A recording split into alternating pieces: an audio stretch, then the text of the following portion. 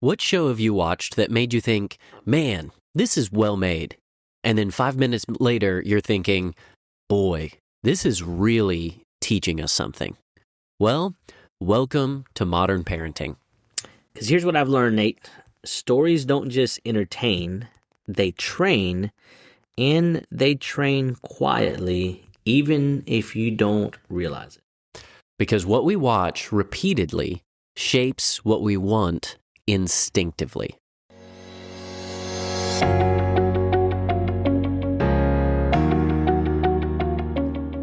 Welcome to Equipped for Impact, the podcast designed to assist Christian parents, leaders, and educators to raise up the next generation to stand firm in their faith and influence the world for Christ. We're your hosts. I'm Nate. And I'm Lewis. And we are glad you're here with us today, where we are continuing on with our mini-series, Timeless Truth in a Shifting Culture. What we want to do is give you some unchanging principles with real-world application.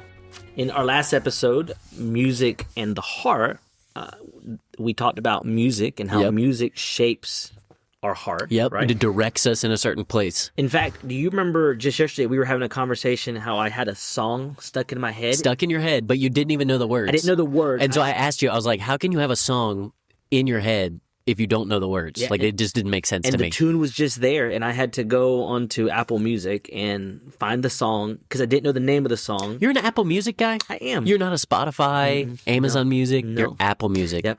I'm all into the Apple ecosystem. All in. Yeah, Apple TV, Apple, Mac, my MacBook. Your MacBook. iPad, iPhone. Yeah, and then Apple Watch. Apple Watch. AirTags? Yeah, I have a couple. Okay, there you go. Yep. There you go. So, I know this doesn't surprise you, but I don't pay for music.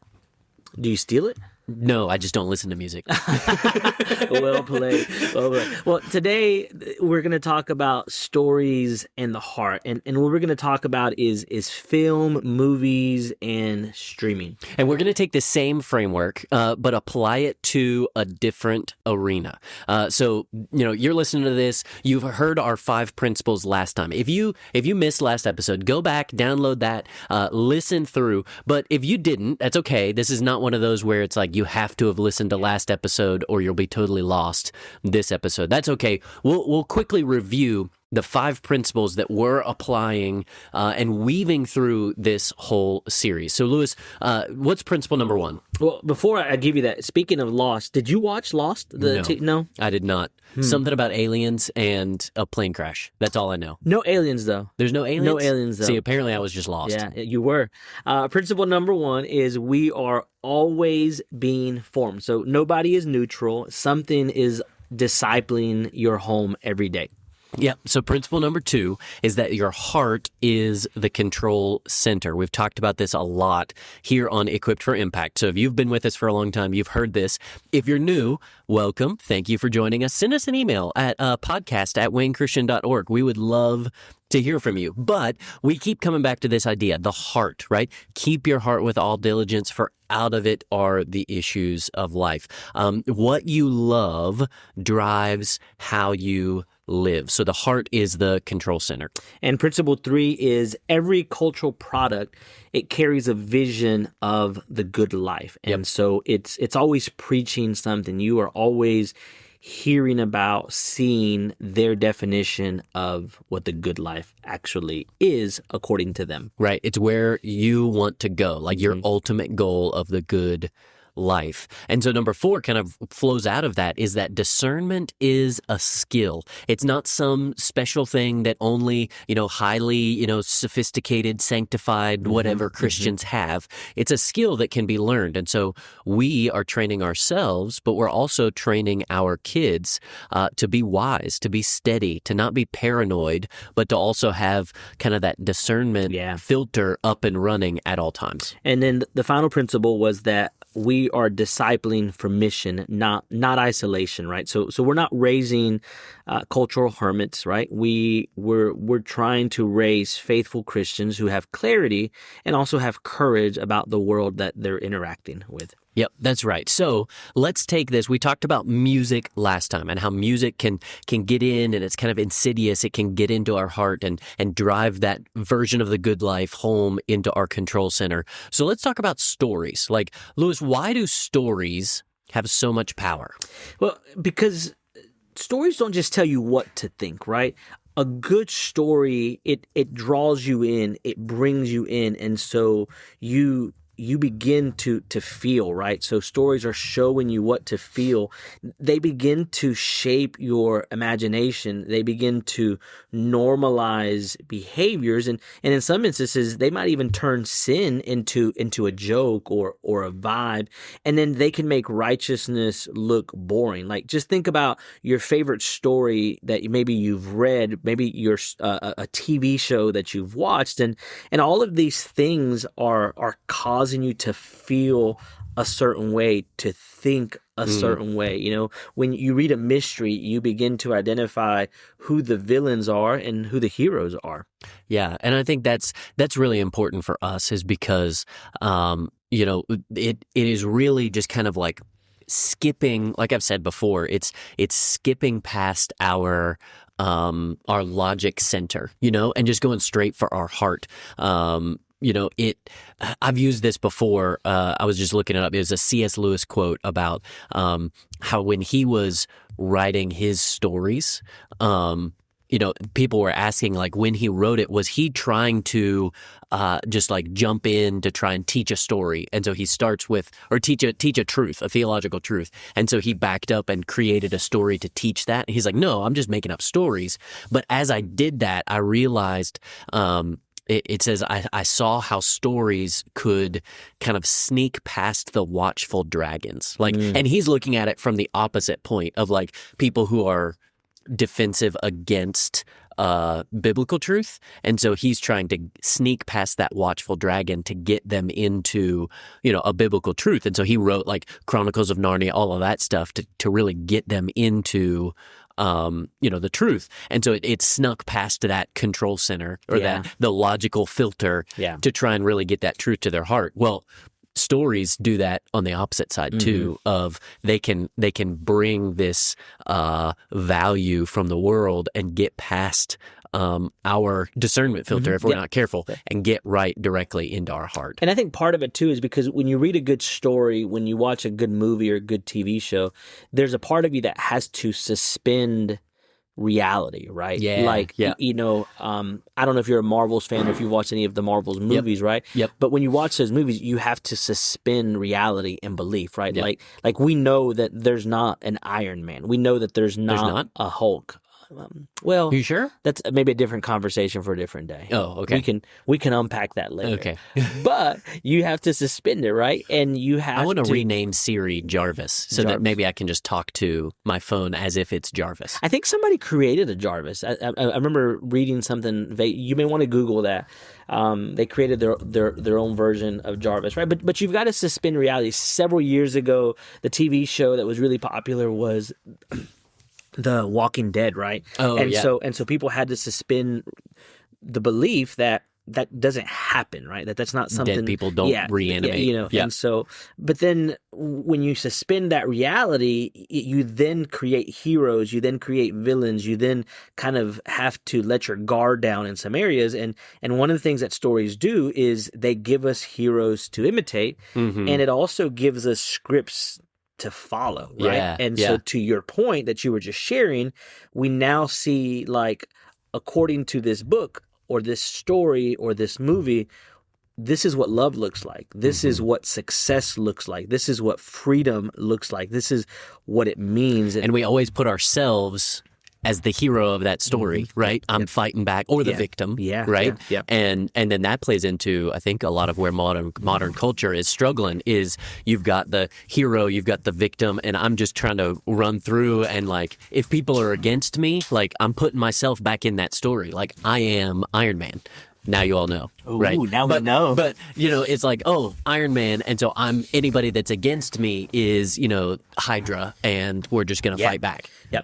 And then today, in this world, right, where we have instant access to streaming, it's a constant thing, right? And so you used to watch a movie and be done, but now you have seasons, now you have clips, now you have edits, now you watch it on the background, right? And so your TV's just going, and there's this story that's populating your senses, right? Autoplay, and it's always available. Right. So parents, if you don't shape the story diet, the algorithm will, and I think that's a big thing. If you're really wanting to look a little bit deeper in that, Carrie Newhoff is really starting to put out a bunch of stuff of that, of just like the algorithm of all of these things, like YouTube.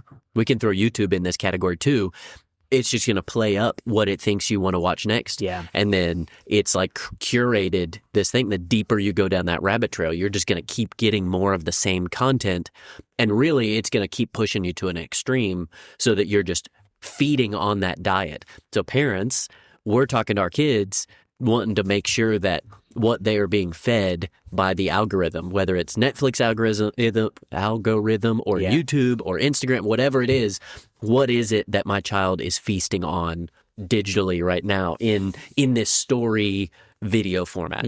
Yep. And that brings us really to kind of pivoting to this moment today and to our culture, right? So we mentioned it in our last episode, and we've talked about it before. Parents, if you're not on Access yet, we encourage you to get signed up for their newsletter, because one of the things that they did is they put out this parents guide to 2026, and a lot of what we talked about last week and what we're going to be talking about this week and other parts of our series come from this guide. Like, let me be clear, I am not up with the times, right? Like, I don't necessarily keep up with every single new song or every single new movie that's going to be coming out. I've got girls, so I know Frozen 3 is coming out soon. Does it? Yes. See, I didn't even know that. Look, dude, you are look, I'm glad I got to teach you something. I learned, that's like pop culture. Yep. Because that doesn't happen often. No. Did you know Moana live action is coming out? I think I this did year? know about that. Isn't The Rock, which he played the cartoon voice, and he's going to be Maui. Maui. Yeah. It took me a second to remember his name. Yep. So, but we're not hip. Like, I know. Well, hold on. Maybe we are hip, but we're not maybe as hip as parents think we are. Like, no, we're not, definitely not that up with the times, right? But Access, thankfully, put out this guide that talks about this, and they're flagging this year as a big year for movies, for streaming, and one of the themes that has been brought out is this idea of BookTok to box office. Nate, you want to tell us about this a little bit? Yeah. So, I mean, this whole idea is it's taking these stories, young adult stories, and really, I mean, the big stuff is going to be like your romance or young adult fiction, those types of things, and moving them from that viral book culture. Like, are you familiar with BookTok and like what all that is? No. Okay. So, and I only know this secondhand because I'm not on TikTok, but it's the whole idea of like these people, influencers who will read books and then talk about them on TikTok. Actually, yes, I am. Okay. By accident. Completely by accident. Like, I was reading a review of a book that one of my daughters wanted to read, and in it referenced BookTok and how this book had become popular because of a BookTok. So they're taking these books that are kind of like, again, it's almost like the algorithm feeds it, and so like it pushes you to the extremes. So these types of books in the cultural moment, especially young adult, they're going to take those books and then they're turning them into movies. Many of them that have really taken off are coming, out into the box office as mainstream movies. And so Access, in their guide, they're talking about different ones from, and again, I'm not familiar with all of these names, Colleen Hoover, Suzanne Collins, who is the Mockingjay, what is that? Oh, the Hunger Games. Yes. Sorry, I was like, the Mockingjay was the only one that was in my head at the moment. So anyway, like some of her fiction stuff it's going to keep coming out. Emily Henry, and so Access is like pointing out like these things are really getting pushed into film version.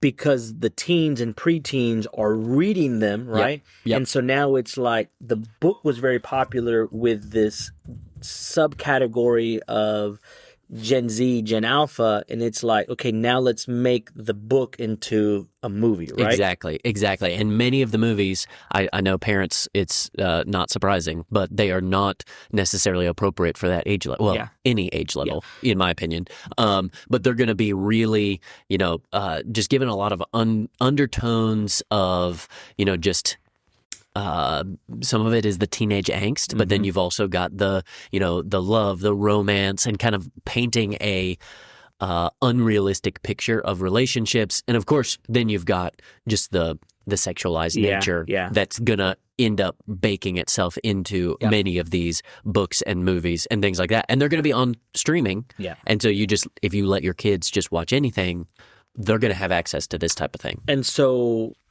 I know that Access referred to one of Hoover's adaptations as being smut heavy and messy, right? And so something that parents, we want you to hear, and I would encourage you to go and read this guide from Access, is that romance is catechizing a generation, right? Yep. It's teaching them what love is and what people are for. And that's not uncommon, right? Like you think about our generation, right, Nate? I mean, you and I are within 5-6 years apart. Yep. And so when I was coming up, there were certain books, there were certain movies, right? Like, man, I can't even really remember kind of what movies shaped us, but probably an older generation remembers how Grease might have shaped them, right? Yep. High School Musical, how it shaped a generation of students. What was the name of that of those vampire books that were turned into? Was it Twilight? Twilight, right? Yeah. And so like how that kind of shaped it, right? So it's not different. It's not new. And then the second thing is that the pipeline is accelerating. So while it's not new, it is probably getting faster and spreading quicker because the internet today is that marketing engine. And Nate has talked about the algorithms and social media. And so it's just creating this machine that feeds into the whole thing. Yeah. And then you've got other things like there's the big, family conversation. Before we hit record, you and I were just talking about the new Narnia series, which, of course, I just quoted C.S. Lewis at the beginning of this episode. But Narnia, they're making this as a TV series, but it's coming out on Netflix, which I don't know about you, if you're listening to this, how you feel about Netflix originals, but I have noticed that Netflix originals typically, again, run to those extremes. You'll see a series and it'll be, a good series and it'll be fun. And then all of a sudden Netflix takes it over for a season and you can tell like the language is worse. The, insinuations are worse. It's more explicit. It's just terrible. So I hear this Netflix making an original with Narnia, and that kind of scares me a little bit because I have no clue what they're going to do to C.S. Lewis's work there with that. But that's coming out here at the end of 2026. Aren't they doing something with the Little House on the Prairie too? I have not heard that. I remember hearing about it or reading about something with Little House on the Prairie. Right. So let's talk. But you could, before we move on, you could jump into something like that. Like if you don't have that discernment that we talked about, you jump in thinking, oh, it's Narnia. It's C.S. Lewis. He's a Christian, is whatever. But unless you watch it and which again, we're recording this months before it gets released, we have no clue what's coming out. But the director, Greta Gerwig, is the one who also directed the new Snow White live action, the Barbie movie. Like she bakes in worldview themes that are not necessarily biblical worldview themes. So if she's making a movie that is based on some books with biblical worldview, and we just don't know until we see it what's going to come out with that. And so I know you highlighted the Narnia, which is going to be coming out in November, right? Yep. And then it's going to hit Netflix in December. Yep. Access brings out a few other movies, series to be aware of. I'm not familiar with some of these, so we're just going to give you the information. But one is People We Meet on Vacation, which is, I believe it's already released on Netflix as of this month, and so that's probably going to be something that's popular with teens. A movie called Reminders of Him is going to be in theaters in March. Then there's going to be another Hunger Games that's going to be coming out later this year, and so you've got the Hunger Games Sunrise on the Reaping, and that's scheduled for later in the fall, right? And so then you aren't just watching these, right? These are stories that are capturing your imagination. These are going to be everywhere, right? It's going to be on social media. It's going to be, you're going to see them on Netflix. You're going to see them on streaming. When you go to watch a movie, you're going to see the trailers for it. Like, what's happening here, right, is that it's not just going to be what your child is watching. It's going to be what their friends are watching. It's going to be what people are talking about, and it becomes this shared language that kids are going to be talking about. Right. So let's pull this in and get kind of real practical, okay? Like, what is it, Lewis, that kids are really starting to or let's pull this back. You're a parent who is looking at this, and they want to get grounded and really know, without having to go out and preview every single movie. Yeah. Like, what can a parent do to make sure that their kid's diet is really something that they're okay with and that's worth watching, their digital diet? Number one is make sure you're listening to this podcast. There you go. Make sure you subscribe, share with a friend. That's right. Subscribe, share with a friend. We're not hip. We're not down with the times, but we do have resources that help us keep up. But on a serious note, right, there's some great resources out there like this podcast, but you've got the Colson Center's Breakpoint. We've talked about that before, right? It's built on this exact approach, right? It looks at the ever-changing culture and it begins to provide commentary that you can read. And you can learn more about it at the Colson Center, colsoncenter.org. And then you also have, we've mentioned this before, right? Focus on the Family. Plugged In. Plugged In is a great resource to use that helps you review movies and books and YouTube channels and Netflix series. You've got Common Sense Media. Yeah, that's another one we use a lot. Be careful with Common Sense because it's not written from a biblical worldview. Now, it does have a good, solid mission, but it does, in some instances, take some opposing views or voices that maybe aren't from a biblical worldview, but it's still a good place to start. So the Colson Center, Focus on the Families, Plugged In, and Common Sense Media are three that we use regularly. Yeah, and so what we come into this is our posture is not, being afraid of it or, like we said at the beginning, like isolation. We want to evaluate stories because we love our kids and we care about their hearts, and we want to make sure that the diet digitally that's getting through their eyes and their ears into their heart is going to help them, or at least we're prepared to have those conversations to help them evaluate the stories as they're watching them, which we talked last week about 5 questions. So let's kind of apply these real quick to movies, streaming, stories, whatever. Lewis, walk us through those 5 questions again. Yeah, so parents, if you listened to last week, these are going to sound familiar, but it also applies in this context, right? So what is this story, right? What is this movie? What is this TV show? What is it celebrating? Yep. What does it call normal and desirable? It's that good life again, yes, right? What is it training the heart to love, to excuse, or even to mock, right? Yep. Like some shows you watch are blatantly mocking a particular worldview or a lifestyle. And I kind of think of that with, especially on TV in the 2000s. That's when a lot of these shows came out where the dad was always portrayed as like a doofus and didn't know anything, and the mom knew everything. Yep. And then we wonder why here we are, 20 years later, and people think dads are useless and they are not necessary. Well, it's because they grew up on a diet of movies and TV shows that showed dads as idiots. Yeah. And so, well, of course, my dad's an idiot. I don't have to listen to him. So that's one of those. It's like even mocking them. Yeah. And it's getting that into their heart. That's really good. The fourth question is, what fruit does it produce in attitudes and actions, right? Yeah.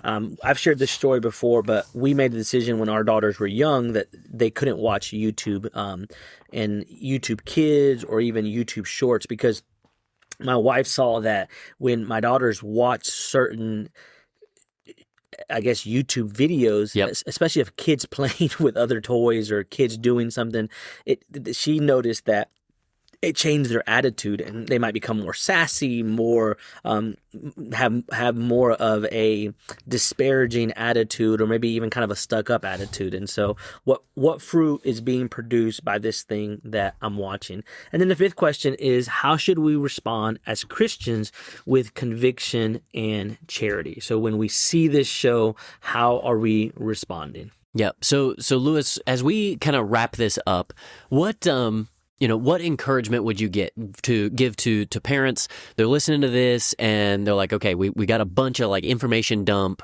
and we've got these questions. Like, what encouragement would you send them off with, really just this week that they can do as it comes to their children and movies? Your kids are going to watch something this week. They're going to watch a movie, they're going to watch an episode. And here's what I would encourage you to do is take time out of your schedule to watch an episode with your child. Maybe it's just a trailer, right? Maybe if there's one of these movies that they want to watch the trailer and then ask them this question. What do you think this story is telling people about the good life? Yep, that's good. And it's simple and it's doable, right? And that's great discipleship. It's a rhythm that can have a huge, huge impact. So thank you all for listening today to Equipped for Impact. If this episode encouraged you, please share it with another parent who could use this resource. The best way to help our show continue on and grow is really just word of mouth sharing. So share it with somebody, another parent who's wrestling with some of these same issues and could use this resource. And be sure to subscribe so you don't miss our next episode, Play and the Heart, where we're tackling the topic of gaming. Until then, keep leading the next generation to stand firm in their faith and influence the world for Christ.